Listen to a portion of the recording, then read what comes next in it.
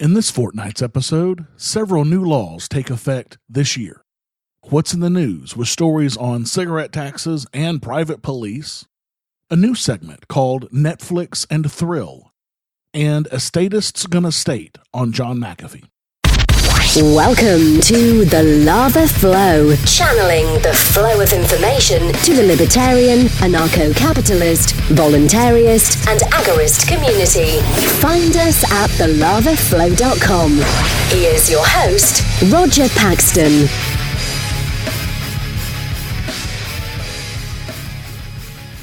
Thank you for joining me this week. Coming to you from the Liberty Media capital of the world, this is the show that will bring you the people, places, and events that everyone in the Liberty Revolution needs to know. You can catch me on Twitter at the Lava Flow Pod.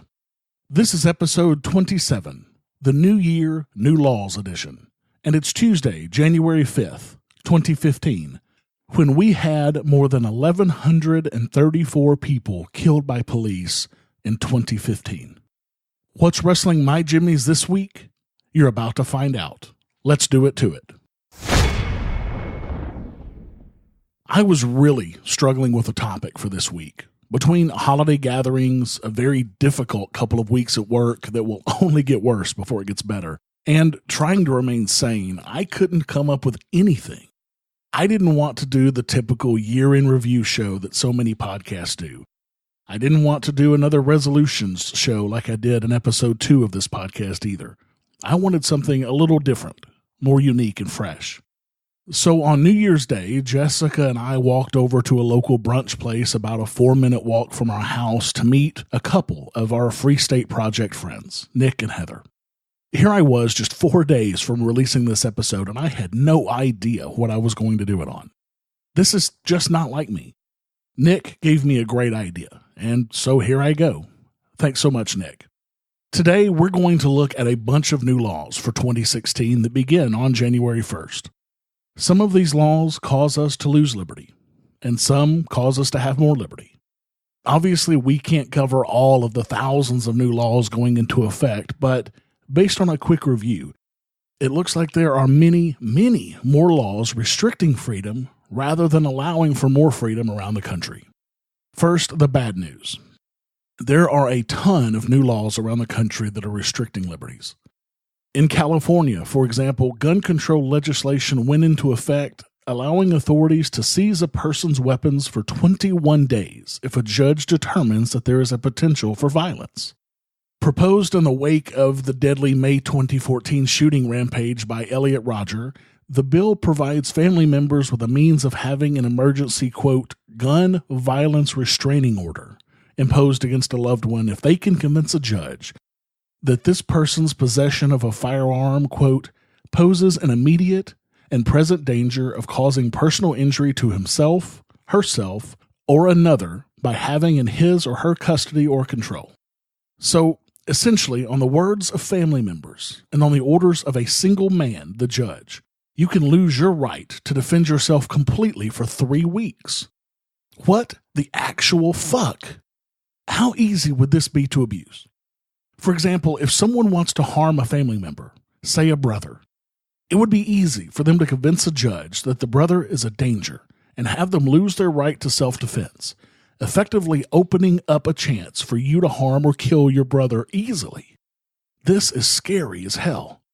The city of Seattle began imposing a new heavy tax on ammunition and guns in 2016 in an effort to curb violence, and is estimated to raise $300,000 to $500,000 per year in additional revenue.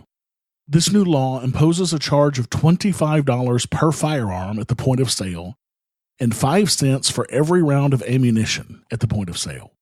As we talk about later in this episode, higher taxes only increases the demand for product on the black market, so I'm not sure this is going to do any good at all. Hawaii is becoming the first state in the country to raise the age limit for cigarette and other tobacco products, including e-cigs, even though they aren't actually a tobacco product, from 18 to 21. Because you can be forced to go fight a war at 18, but you aren't old enough to drink or smoke now. Give me a break. The minimum wage rose in many cities and states with the new year. Some of the wage increases came under laws passed years ago that phased in the increases over a period of years. Some are automatic increases tied to the cost of living. Cities such as New Orleans and Seattle are increasing the minimum wage a bit each year to reach the supposedly magical $15 per hour over the next few years. The wages rose in states like California, Connecticut, Hawaii, Maryland, Massachusetts, Michigan, Rhode Island, Vermont, and West Virginia on Friday. States with automatic annual increases effective January 1st are Arizona, Arkansas, Colorado, Montana, New Jersey, New York, Ohio, and South Dakota. There are actually a total of 21 states that increased their minimum wage on January 1st. As more and more evidence points to minimum wage laws hurting people way more than it helps people, we should be removing all minimum wage laws, not increasing them. In some good news, there are some laws around the country that actually do increase liberty for citizens. In Texas, for example, a new law allows for people with concealed carry licenses to also carry their weapons openly. Similar laws exist in many states, with several states actually allowing full open carry without a license, such as New Hampshire, and some states allowing concealed carry without a license completely, such as Vermont. I have never seen more open carry than I have living in New Hampshire. Every event that I go to has at least a couple of folks open carrying, including me usually, and who knows how many are carrying concealed. In Tennessee, the death tax is going away completely. The tax was anywhere from 5.5 to 9.5% of the estate left behind. This means that more people will be able to keep more of the money that is rightfully theirs, and the state will have less money to abuse. Income tax rates will drop slightly in Oklahoma, where state revenues have fallen sharply, and in Massachusetts, which will hopefully keep fewer massholes from moving to New Hampshire to escape their high taxes. In North Carolina, the tax on gasoline will drop by a penny a gallon to 35 cents. The sales tax on boats will drop in New Jersey as of February 1st. 2 more states are allowing people who are in the United States illegally to be licensed to drive. Delaware's law took effect on Sunday, and Hawaii's will be in effect in the next year. This is pretty fucking sad, to be honest. Obviously, we have all lost a lot more liberty than we've gained, and that doesn't look like it's going to be changing anytime soon. This is one of the many reasons why my family decided to make a political migration to New Hampshire as part of the Free State Project. New Hampshire is already one of the freest states in the country, with that true live free or die attitude.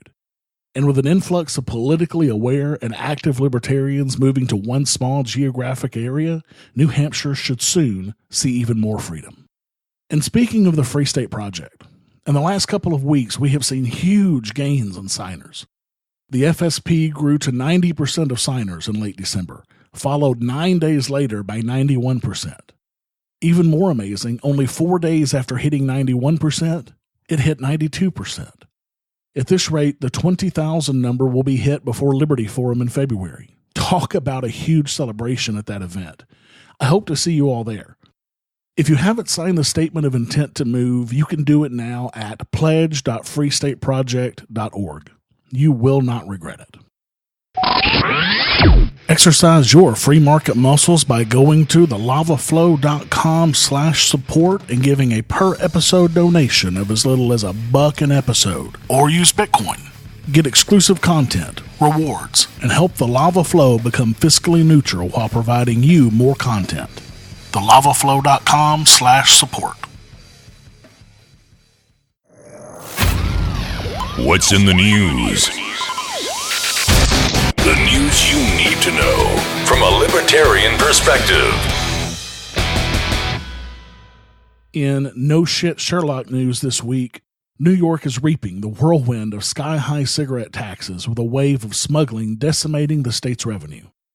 After imposing the nation's highest taxes on cigarettes, the state of New York's profits on those taxes has plummeted by $400 million over the last 5 years. According to the New York Post, a separate study done by National Academies of Sciences, Engineering, and Medicine shows that the state lost a hefty $1.3 billion in uncollected taxes each year because smokers switched to cheaper alternatives, such as vaping. The last 10 years have been a boom to organized crime, with 58% of New York's cigarettes supplied from out of state, according to the Tax Foundation. The number of packs bought paying the full tax has also collapsed by 62%. This is a no-brainer. When the cost of products rises disproportionately to their value due to taxes or due to any outside influence, really, then the black market will step in and reap the benefits. This even happens with marijuana in states that have legalized that drug yet require massive taxes on the product. There is still a pretty hefty black market with pot in Colorado, for example. Theft through taxation is not effective and only pushes things to the back alleys. If there is a buck to be made by saving people tax money, then people will run the risk to provide those products. It's that simple. In Privatize Everything news, a Seattle neighborhood is joining a trend of communities buying additional security after growing frustrations with slow police response. Quote, "It's not a hot area, it is really a safe neighborhood," said Magnolia resident Joe Villarino. "But we always get hit with property crimes, which is a low-priority call for the Seattle Police Department. Like burglaries, car prowls, break-ins, those things that are not as serious as a shooting or an assault. But those sorts of crimes are a priority for Magnolia residents, so they found their own solution. Magnolia joined other Seattle neighborhoods that hire their own security force to supplement police presence. These citizens banded together and started the Magnolia Community Patrol. Residents voluntarily pay $250 per year, which goes into a pool to pay for a mix of off-duty police officers or private security. A local company, Central Protection, provides that private security. The entire neighborhood is covered, regardless of which neighbors pay into it or not. But those that do pay the $250 per year get perks. Security, either off-duty police officers or private security personnel, will check on their homes if they're gone for vacation, for example. They will also take care of packages delivered to homes so they aren't left out to tempt thieves. Quote, "We know that police officers are more reactive and private security is more proactive," Villarino said. "Just getting people out there will decrease the property crimes. We see that in the other models of neighborhood patrols. The security doesn't replace Seattle police. The off-duty police officers or private security will monitor and respond to 911 calls, but they also engage the community. If they see something suspicious, they'll investigate it. Patrols don't cover neighborhoods 24 hours a day, 7 days a week. They're random, occurring any time of day or night. They do a fine job. I love them. Great guys," a Magnolia resident said. "They have gotten the calls before the SPD, sometimes hours before the SPD." Now, this is a perfect model that shows exactly how private police can and do work. One of the biggest arguments against private police is that the poor won't be able to afford protection. This is utter hogwash. First, poor people will have much more disposable income because they will not be losing so much money in taxes. Secondly, if poor people still can't afford protection even after bringing in 100% of their income, this model quite clearly shows how private security benefits them tremendously as well. As this becomes more and more prevalent in our society of when seconds count, the police are only minutes or hours away, we will see even bigger benefits to private security for everyone. In Who Didn't See This Coming news, the TSA is now allowed to force you to go through body scanners. In a document quietly published last month, the Department of Homeland Security outlined an update to the advanced imagery technology protocols used by the TSA at U.S. airports, adding a clause which allows officers to insist travelers go through the controversial machines. Previously, though the body scanners were present at many airports across the country, travelers were free to opt out of the process. Billed as a privacy consideration, it meant a physical screening was mandatory, but alleviated concerns held by some that the technology could, quote, "see them naked" and store photographs of that. In my last job before moving to New Hampshire, I traveled the country quite a bit by airplane. Every chance that I could, I opted out of the body scanners. Not because I care about my fat, nude body being seen by somebody, or because of the idea of the scanner giving me cancer, although these are valid concerns for many people. But to slow the process down and to protest the obliteration of my rights as a human being. I will still opt out every time I fly. But it may be a lot harder to do that now. We will see. In New Hampshire Does It Right news, 2 new bills going before the House this year will bring more liberty to residents of the Free State Project if passed.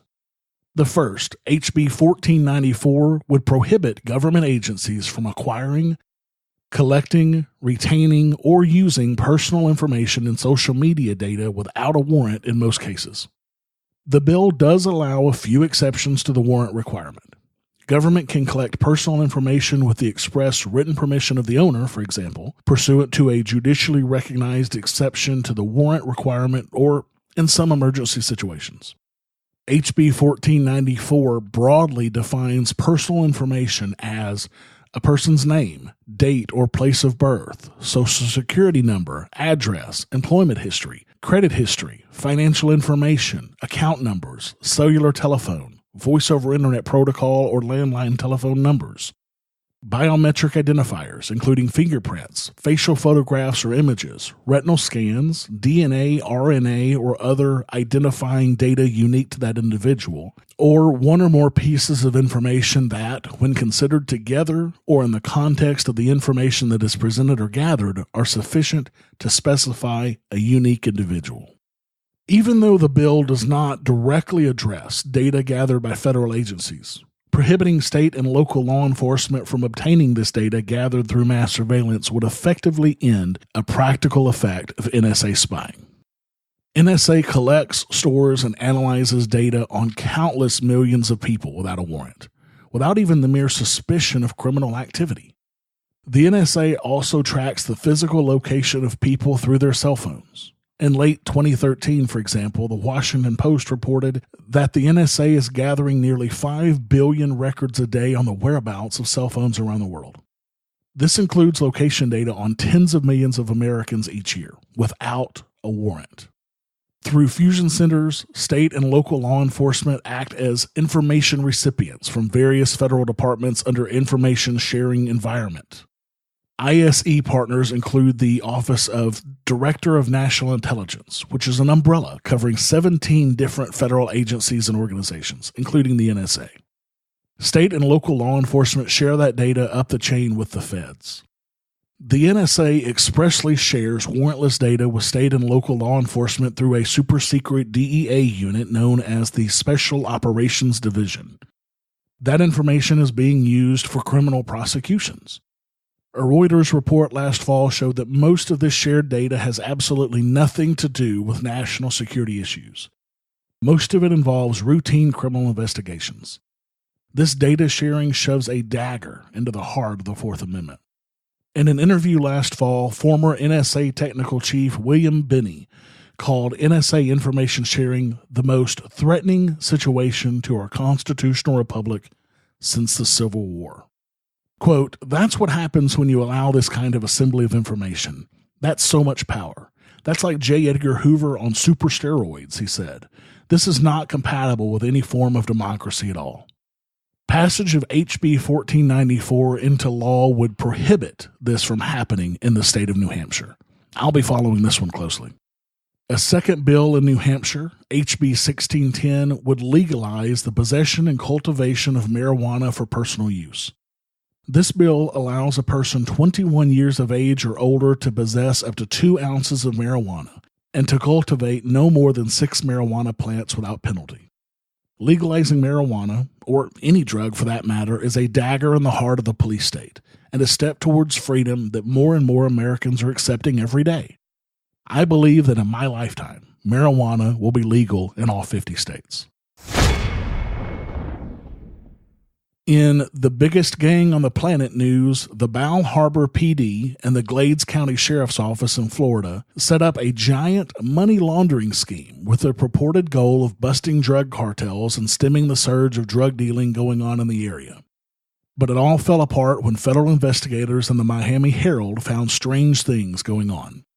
The Miami Herald has a huge 6-episode series on the ins and outs of this gang's activities. I have a link to the series in the show notes to this episode. I highly recommend you go check it out.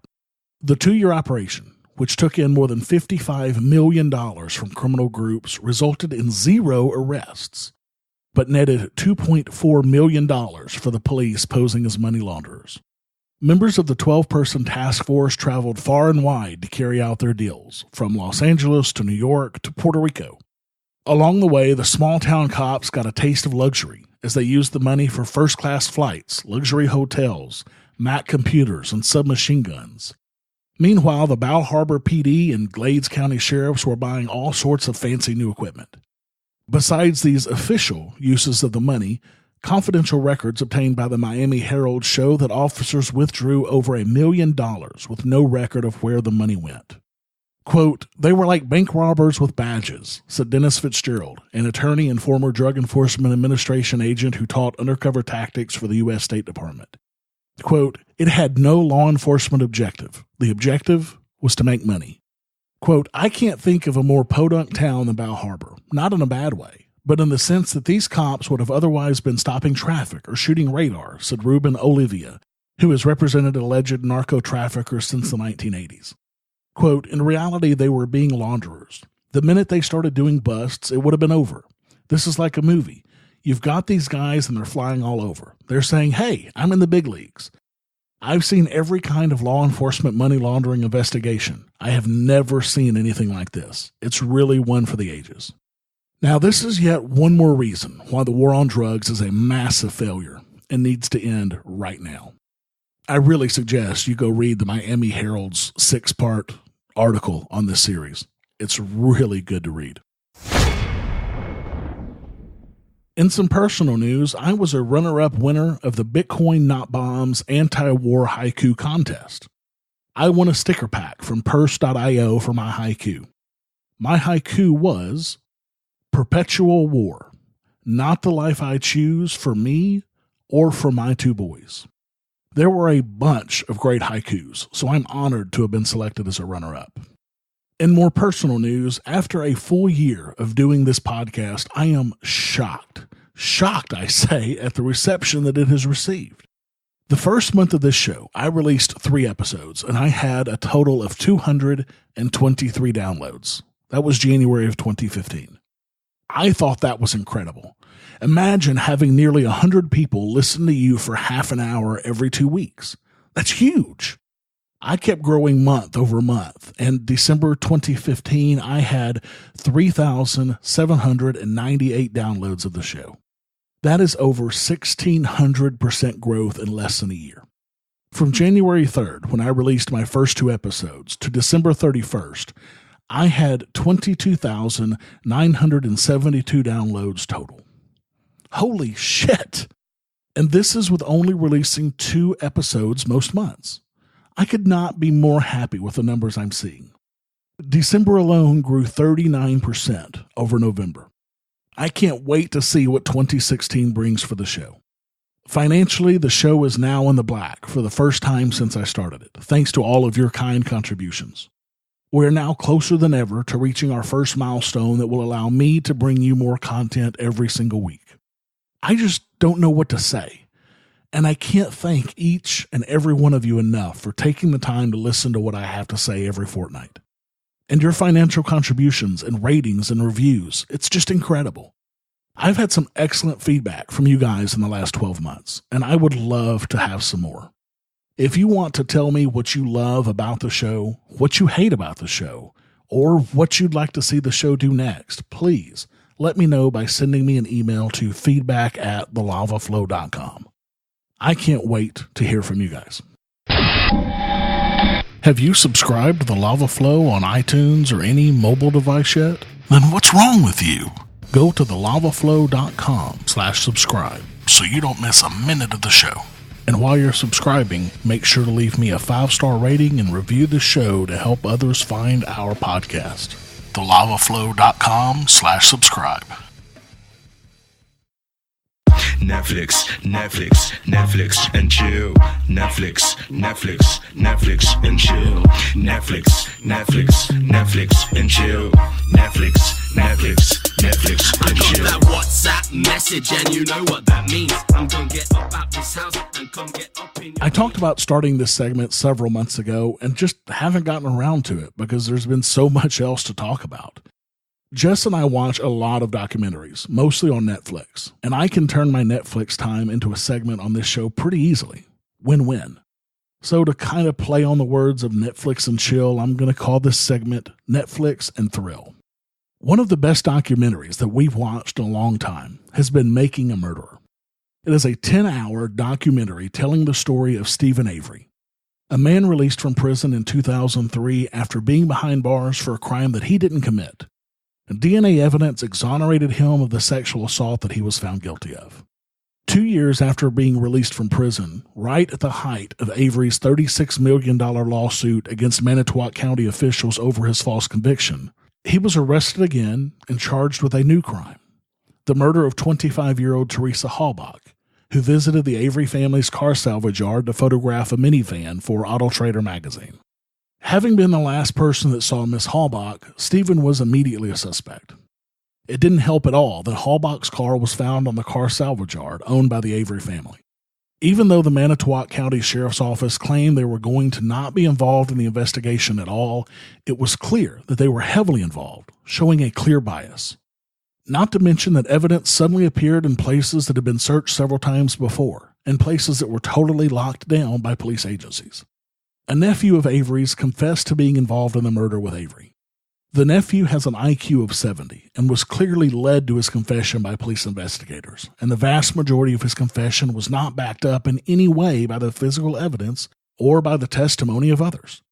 This is very reminiscent of a similar extracted confession in a story that hits me much closer to home, the case of the West Memphis Three, from the city and state that I was raised in, West Memphis, Arkansas, where 3 young boys were murdered and 3 young men were convicted of the murder based primarily on the coerced confession of one of the 3 young men with a very, very low IQ. I actually knew one of the murdered children and knew one of the accused in that case. Coerced confession are a huge problem in this country, and this is yet one more case of this happening.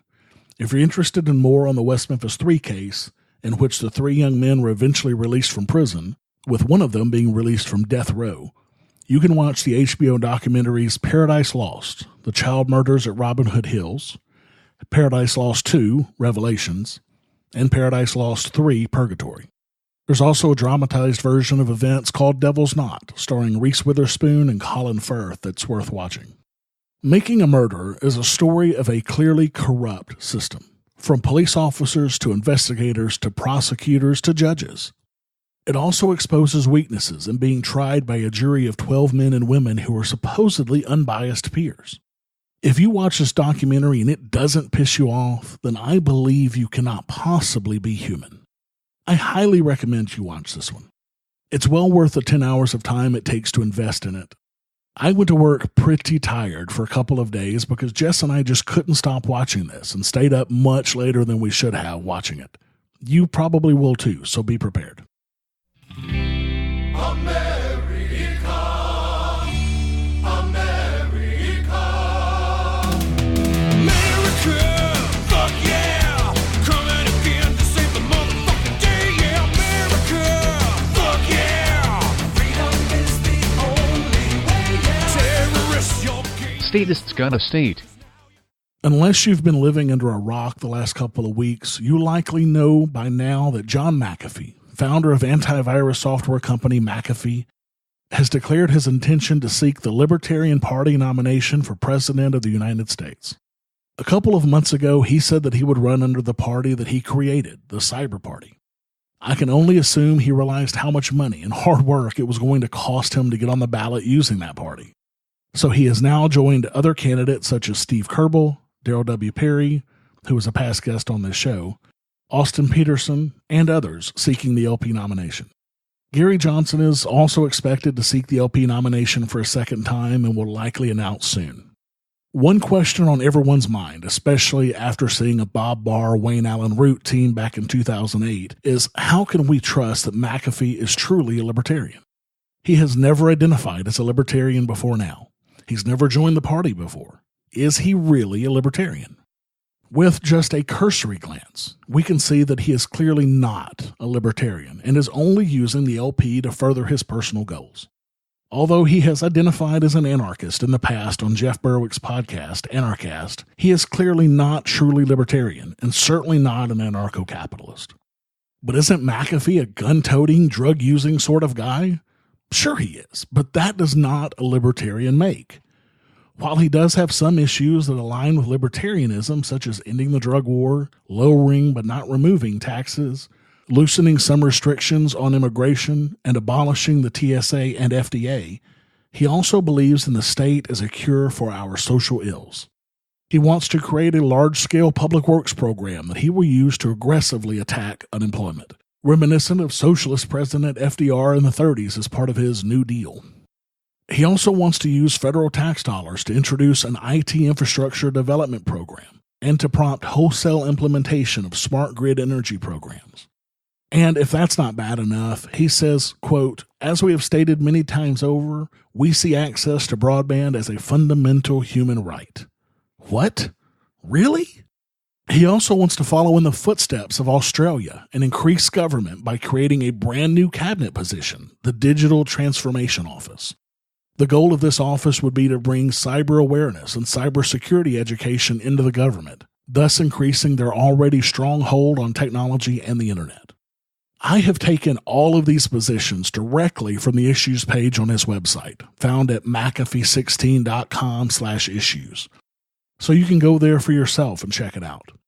I am sick to death of candidates trying to use the LP as a tool for their own personal interest instead of furthering the cause of liberty and libertarianism.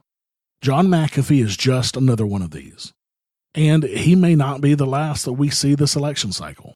There has been talk since October that former Minnesota governor and whackpot conspiracy theorist Jesse Ventura may seek the LP nomination himself, after he teased about it on The Nightly Show, saying, in answer to a question about who he thought would get the LP nomination, quote, "He might be sitting at this table." There are plenty of true libertarian options seeking the nomination already, and it is my fervent hope that the notoriety and celebrity of people like Ventura and McAfee does not give the delegates in Orlando in May something shiny to distract them into voting for them. Thank you for listening to the show this week. As always, I need to thank my biggest fan, Jessica, for her help with the show. For the show notes on this episode, where I put links and other information that's been on the show, go to thelavaflow.com/27. As of this episode, I have 32 5-star ratings and 2 3-star ratings. I also have 29 raving reviews. Thank you all so much. I have 2 new iTunes reviews this week. First up, from Mark, the Theist Libertarian.